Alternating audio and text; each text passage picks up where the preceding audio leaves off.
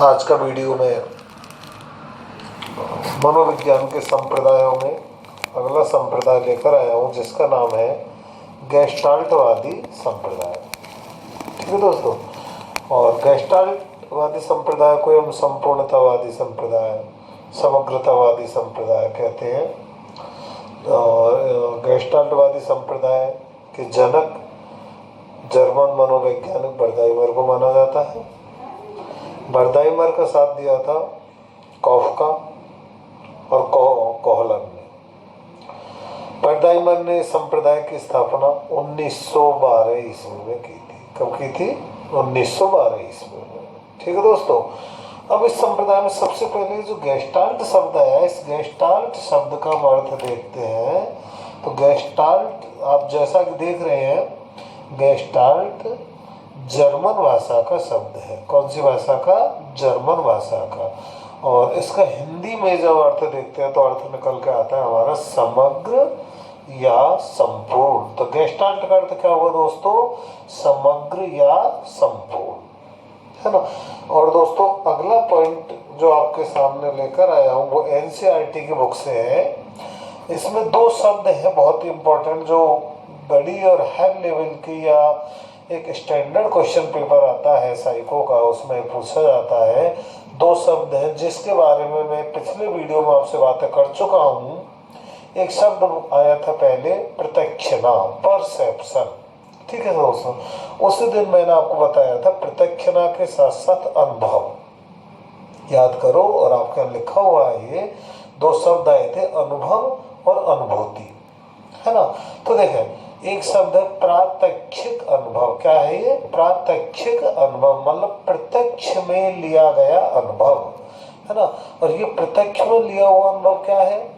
पांच ज्ञानेंद्रियां, जो पांच ज्ञानेंद्रियां होती है हमारी, आंख, कान, त्वचा, नाक और जीभ, इन पांच ज्ञानेंद्रियों से वातावरण से हम जो अनुभव प्राप्त करते हैं, या वातावरण से जो हम जानकारियां प्राप्त करते हैं, उन जानकारियों को या उस ज्ञान को हम क्या कहते हैं? अनुभव। ठीक है, जिसको हम साइकोलॉजी में कहते हैं प्रात्यक्षिक अनुभव। तो सीधा सा याद रखना, प्रात्यक्षिक अनुभव क्या है? वह पांच ज्ञानेंद्रियों के द्वारा वातावरण से जो भी हम ज्ञान प्राप्त करते हैं वह प्रात्यक्षिक अनुभव होता है। ठीक है, इसी से रिलेटेड दूसरा शब्द है प्रत्यक्षण, परसेप्शन। इसको देखें, मैं लिख कर लाया हूं इसे, कि जिस प्रक्रिया से ज्ञानेंद्रियां द्वारा प्राप्त ज्ञान की सूचनाओं की पहचान की जाती है या व्याख्या की जाती है, अथवा अर्थवान, ये बहुत इंपॉर्टेंट शब्द है, अर्थवान बनाते हैं। किसको अर्थवान बनाते हैं हम? किसको बनाते हैं दोस्तों? ज्ञानेंद्रियों द्वारा प्राप्त ज्ञान को जब अर्थवान बनाते हैं, उसी को हम प्रत्यक्षणा कहते हैं। ये परिभाषा किसमें दी है? एनसीईआरटी में। किसकी? प्रत्यक्षणा की। अब सीधे शब्दों में समझ लें प्रत्यक्षणा क्या है। तो देखिए, सबसे पहले हमने वातावरण से अनुभव प्राप्त किया ज्ञानेंद्रियों के द्वारा, और उस अनुभव के आधार पर उस ज्ञान के बारे में हमने जो भी सोचा, अर्थवान मीन्स उस अनुभव को हमने जो अर्थवान बनाया, या उस अनुभव की हमने हमारे मन से, हमारे विचारों से जो व्याख्या की, उसी को हम क्या कहते हैं? प्रत्यक्षणा कहते हैं। जैसे मैंने पिछले वीडियो में एक उदाहरण दिया था आपको कि मैंने लाल पुष्प देखा। अब लाल पुष्प देखने से हो सकता है मुझे आनंद मिले, लेकिन उसी लाल पुष्प को तुमने देखा तो हो सकता है कि तुम्हें लाल कलर पसंद नहीं हो, तो तुम्हें वो लाल पुष्प अच्छा नहीं लगे। तो अर्थवान बनाया ना हमने, मैंने उससे आनंद लिया, और जबकि तुम्हें वह बुरा लगा। तो उस अनुभव को, उस वातावरण के ज्ञान को हमने क्या कर लिया? अर्थवान बना लिया, या उसकी व्याख्या कर दी, या उसकी पहचान कर ली। ठीक है, अब समझ गया प्रत्यक्षणा क्या है और प्रात्यक्षिक अनुभव क्या है। अब एक नोट देखें आप, गेस्टाल्टवाद प्रात्यक्षिक क्या है? प्रात्यक्षिक अनुभव जो समग्र होता है, दोस्तों याद रखना, गेस्टाल्टवाद क्या कहता है कि जो हम वातावरण से अनुभव प्राप्त करते हैं, प्रात्यक्षिक अनुभव लेते हैं, वो समग्र होता है। क्यों होता है समग्र, वो देखें दोस्तों कि जैसे हमने सड़क पर एक कुत्ता देखा, अब ऐसा तो है नहीं कि हम कुत्ते की केवल टांग को देखें, सबसे पहले हमारी नजर तो संपूर्ण कुत्ते पर जाएगी, ठीक है ना। तो समग्र हुआ कि नहीं वो संपूर्ण कुत्ता, है ना। यही संपूर्ण कुत्ते को देखना क्या है, प्रात्यक्षिक अनुभव है। अब वो कुत्ते को देखकर हमें अच्छा लगा या बुरा लगा, ये क्या कहलाएगा, प्रत्यक्षण, ठीक है। तो देखें नोट, गेस्टाल्टवाद प्रात्यक्षिक अनुभव जो समग्र होता है उस पर बल देता है, न कि प्रत्यक्षण पर। याद रखना, बहुत अच्छा क्वेश्चन आ गया ना क्वेश्चन, तो हम घूम जाएंगे कि प्रत्यक्षण और प्रात्यक्षिक अनुभव, गेस्टाल्टवाद किस पर ध्यान देता है, किस पर बल देता है, किसको महत्व देता है। तो याद रखना, गेस्टाल्टवाद प्रत्यक्षण पर महत्व नहीं देता, किसको महत्व देता, प्रात्यक्षिक अनुभव को। अर्थात यो कह लें, गेस्टाल्टवाद उसको महत्व देता है जिसे हम अपनी आंखों से देखते हैं, कानों से सुनते हैं, या फिर सूंघते हैं, स्पर्श करते हैं, चखते हैं, उस पर बल देता है, ना कि उसके अर्थ पर, है ना। तो प्रात्यक्षिक अनुभव पर बल देता गेस्टाल्टवाद, याद रखना। और ये क्लियर लिखा हुआ किसमें, एनसीईआरटी में। तो याद रखना, बार बार रिपीट कर रहा हूं, किसको, गेस्टाल्टवाद प्रात्यक्षिक अनुभव पर बल देता है, न कि प्रत्यक्षणा पर, ठीक है। अब देखें, मैं एक डायग्राम आपके सामने लेकर आया हूं जो संपूर्ण गेस्टाल्टवाद का निचोड़ है इसमें, है ना। आप 5 शब्द, मैंने टाइटल डाल लिया गेस्टाल्टवाद के 5 तत्व, है ना। बस इन 5 तत्वों को याद रख लेना, इनसे बाहर गेस्टाल्टवाद में कुछ भी नहीं है। यही चीजें मैं जब विकास में आपको गेस्टाल्टवादी सिद्धांत पढ़ाऊंगा वीडियो आगे वीडियो में, तो उसमें यही 5 शब्दों की मैं व्याख्या करूंगा बस। और यही सब किताबों में 5 शब्द हैं जिनको निकाल करके मैं आपके सामने लाया हूँ। 5 शब्द कौन कौन से देखें।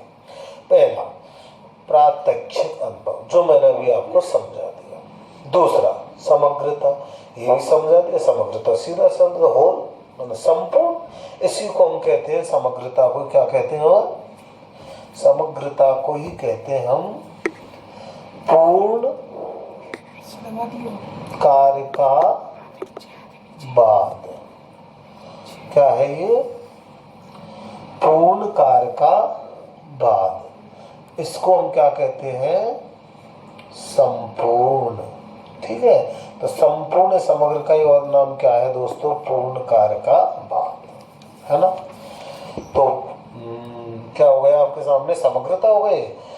तीसरा तत्व सोच, अंतर्दृष्टि, इनसाइट। सोच का ही नाम क्या है, अंग्रेजी में क्या कहते हैं, सोच को इनसाइट, क्या कहते हैं, इनसाइट। ये क्वेश्चन कई बार पूछ लिया दोस्तों, first grade, second grade, third grade, सब में पूछा है, इनसाइट थ्योरी किसकी है। तो समझ गया इनसाइट थ्योरी किसकी है, बर्दाइमर, कॉलर और कोपका की, है ना। तो सोच। अगला, अचानक अधगम, ये मैं अभी समझाऊंगा अचानक अधगम क्या है इसी वीडियो में, अचानक अधगम। और लास्ट, आहा अनुभव। आहा अनुभव मतलब जब हम विशेष रूप से प्रसन्न होते हैं, खुशी हमें होती है, तो हमारे मुंह से अचानक निकल जाता है वाह, मजे आ गए।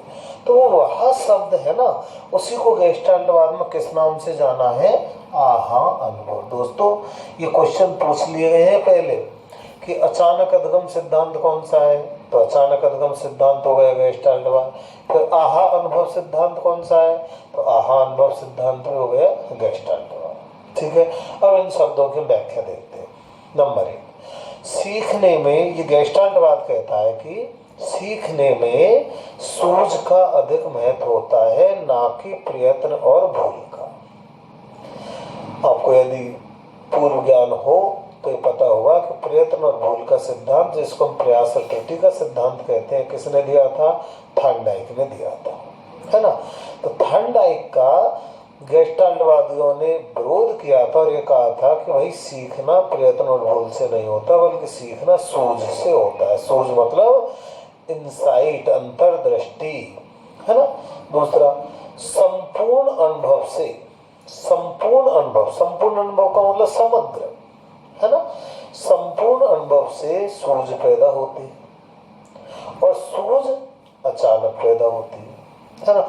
ये सारी चीजें मैं विस्तृत रूप से जब आपको विकास के सिद्धांत अधगम के सिद्धांत पढ़ाऊंगा, जिसमें सिद्धांत आएगा गेस्टाल्टवाद थ्योरी, उसमें सारी चीजें बताऊंगा, जिसमें आपको उदाहरण दूंगा चिंपांजी का, है ना। उस चिंपांजी में आप चिंपांजी को उदाहरण में देखेंगे किस तरह से चिंपांजी में अचानक सूझ पैदा होती है और उस अचानक सूझ से चिंपांजी केले प्राप्त करना सीख जाता है ना। तो क्या कह रहा गेस्टाल्टवाद, संपूर्ण अनुभव से सूझ पैदा होती है और सूझ अचानक पैदा होती है, तथा अचानक सूझ से जब बालक सीखता है तो या समस्या समाधान करता है तो उसे आहा अनुभव होता है। समझ गए इस पॉइंट का मतलब क्या कह रहा है पॉइंट, कि जब बालक में सोच पैदा होती है, सोच से समस्या का समाधान होता है। और जब आप सोच लें, जब आप हमारे सामने कोई बड़ी समस्या आती है और उस समस्या का समाधान हमें नहीं मिलता और जब अचानक ही उस समस्या का समाधान मिल जाता है तो हमें बहुत बड़ी खुशी होती है। उसी खुशी को मनोविज्ञान में गेस्टाल्टवाद में क्या नाम दिया है, आहा अनुभव, है ना। तो आहा अनुभव कौन सा सिद्धांत कराता है, कौन सा संप्रदाय कराता है, गेस्टाल्टवाद कराता है। ठीक है दोस्तों, अब देखो अगला पॉइंट, ये तो हो गया गेस्टाल्टवाद का सीखना। अब गेस्टाल्टवाद ने एक व्याख्या और दी है, चिंतन, थिंकिंग, है ना। और उसमें मैं बहुत शॉर्ट रूप में कि चिंतन के गेस्टाल्टवाद ने कितने प्रकार बताए हैं। तो दोस्तों गेस्टाल्टवाद ने चिंतन के 3 प्रकार बताए हैं। कितने? 3 प्रकार। कौन कौन से देखे हैं? ए, बी तथा वाई। ए ये सिंबल है दोस्तों, इनका कोई अर्थ नहीं है ना। बस उन्होंने गेस्टाल्टवादियों ने सिंबल है, प्रतीक दे दिए, ए, बी तथा वाई। देखें, ए टाइप चिंतन, बी टाइप चिंतन और वाई टाइप चिंतन, है ना। बस आप देखो, आपके लिए इतना काफी है दोस्तों, यदि आपने इतना रख लिया ना कि चिंतन के प्रकार गेस्टाल्टवादियों ने कौन कौन से बताए हैं, है ना, तो ये बहुत काफी है आपके लिए, इनफ। ए, बी और वाई। वेल देखें, ए टाइप चिंतन क्या है? ए टाइप चिंतन, इसी को हम कहते हैं उत्पादी चिंतन। उत्पादी चिंतन मतलब ऐसा चिंतन जिसमें बालक अपनी बुद्धि से, अपने मस्तिष्क से अपने विचारों की उत्पत्ति करता है, उसे हम क्या कहते हैं? उत्पादी चिंतन, है ना। और आगे देखा तो याद रखना, उत्पादी चिंतन किसका नाम है? ए टाइप, है ना। अब उत्पादी चिंतन क्या है, ए टाइप चिंतन क्या है, वो देखें। बालक मतलब इस चिंतन में बालक साधन और साध्य में संबंध बनाता है, साधन और साध्य में संबंध स्थापित करता है तथा समस्या के विभिन्न पहलुओं पर विचार करता है। ठीक है, समझे आप इसको? जानते हैं आप साध्य किसे कहते हैं? लक्ष्य। साध्य क्या है? हमारा गोल, हमारा लक्ष्य, हमारी मंजिल। और साधन उस मंजिल तक पहुंचने के रास्ते, उस मंजिल को प्राप्त करने के विभिन्न आयाम, वो हमारे क्या कहलाते हैं? साधन।